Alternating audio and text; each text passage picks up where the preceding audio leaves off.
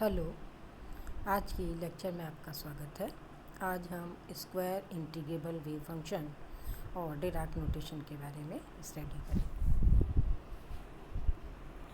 Square integrable function wave functions.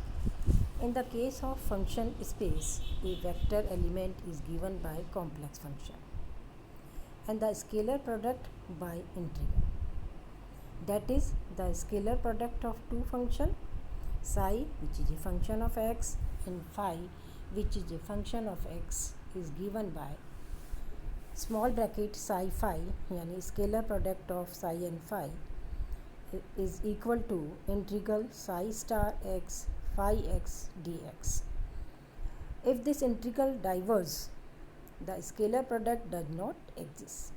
अगर ये integration जो है वो डाइवर्स हो रहा है तो स्केलर प्रोडक्ट एग्जिस्ट नहीं करता है. As a result, if we want to function space to possess a scalar product, we must select only those functions for which scalar product of psi and phi is finite. ठीक है, हम ये चाहते हैं कि ये इंटीग्रेशन डाइवर्स ना करे तो हम फाई और साई जो इसका स्केलर प्रोडक्ट है हम फंक्शन ऐसे चूज़ करते हैं कि इनका स्केलर प्रोडक्ट फाइनाइट आए. In a particular, a function psi x is said to be square integrable if a scalar product of psi with itself, psi का scalar product, small bracket psi comma psi, ये आपका inner product को represent कर रहा है, scalar product है आपका, is integral psi x mod square dx is finite. क्या कंडीशन है हमारे पास स्क्वायर इंटीग्रेबल फंक्शन होने के लिए? अगर आप साई को साई के साथ स्केलर प्रोडक्ट कर रहे हैं तो ये स्केलर प्रोडक्ट फाइनाइट होना चाहिए. It is easy to verify the space of square integrable function processes the property of a Hilbert space. For instance, any linear combination of square integrable function is also a square integrable function. Equation 21 satisfy all the property of scalar product of the Hilbert space. The dimension of Hilbert space of square integrable function is infinite. Since each wave function can be expanded in terms of infinite number of linearly independent function. हम पहले example के द्वारा भी बहुत अच्छे से ये चीज़ clear कर चुके हैं कि लीनियरली इंडिपेंडेंट फंक्शन क्या होता है. The dimension of a space is given by maximum number of linearly independent basis vector required to span the space. आइए इसका एग्जाम्पल देखते हैं. स्क्वायर इंटीग्रेबल फंक्शन का example. A good example of square integrable function is a wave function of quantum mechanics. आपने जो quantum mechanics में wave function पढ़ा है वो स्क्वायर इंटीग्रेबल फंक्शन का बहुत अच्छा एग्जाम्पल है. Psi which is a function of are and t. According to both probabilistic interpretation of psi which is a function of r vector and t, the quantity mod psi mod square d cube r represent the probability of finding a time t the particle in volume d cube r centered around the point r. ठीक है, bore interpretation से आप size के बहुत अच्छे से परिचित हैं. The probability of finding the particle somewhere in space must be equal to 1. तो पार्टिकल कहीं ना कहीं तो स्पेस में है ही, तो ये प्रोबेबिलिटी जो है उसको अगर हम इंटीग्रेट कर रहे हैं टोटल स्पेस के लिए तो इसको 1 होना होगा. तो integral of mod psi r t square d cube r is equal to minus infinity to plus infinity d x minus infinity to plus infinity d y minus infinity to plus infinity psi which is a function of r and t square dz is 1. The wave function of quantum mechanics are square integrable. The wave function satisfy 23 are said to be normalized or square integrable. A wave function deals with square integrable function. Any wave function which is not square integrable has no physical meaning in quantum mechanics. आइए Dirac notation के बारे में study करते हैं. The physical state of a system is represented in quantum mechanics by elements of Hilbert space. These elements are called state vector. We can represent the state vector in different bases by mean of function expansion. This is analog to specify an ordinary vector by its component in various coordinate system. For instance, we can represent equivalently a vector by its component in a Cartesian coordinate system, in a spherical coordinate system, or in a cylindrical coordinate system. The mean of vector is, of course, independent of the coordinate system chosen to represent its component. Similarly, the state of microscopic system has a meaning independent of the basis in which it is expanded. To free state vector from coordinate meaning, Dirac introduced what was the become an invaluable notation in quantum mechanics. It allows one to manipulate the formation of quantum mechanics with ease and clarity. Hence introduced the concept of cats, bra and brackets, which will be explained. What is a cat? Element of vector space. Vector space के element को हम cat के द्वारा represent करेंगे.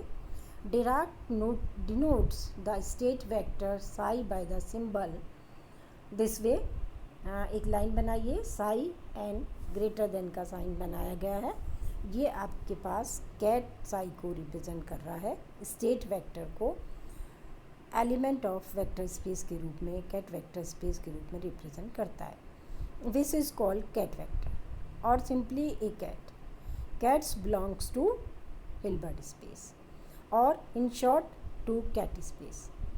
and ये जो हमारे पास cat vector है, ठीक है, cat साइज जो स्टेट है वेक्टर है, ये हिल्बर्ट स्पेस को बिलोंग करता है.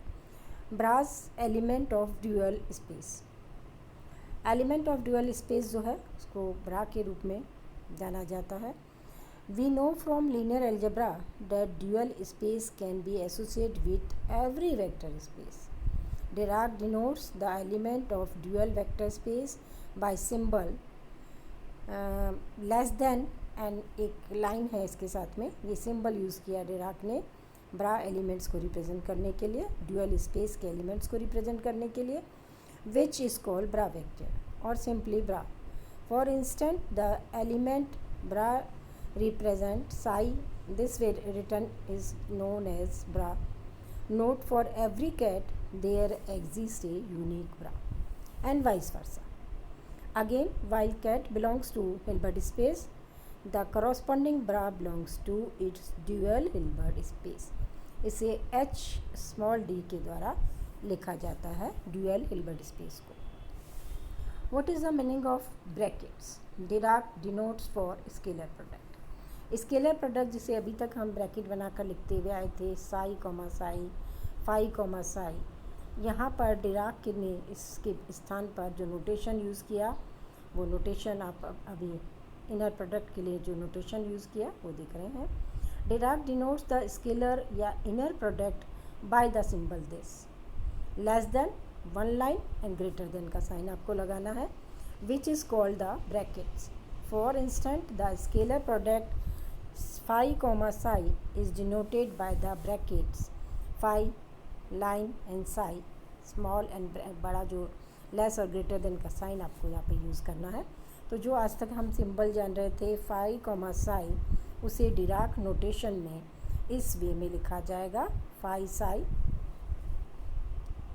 Note, when a cat is multiplied by complex number, किसी कैट को कॉम्प्लेक्स नंबर से मल्टीप्लाई कर दीजिए, it we also get cat.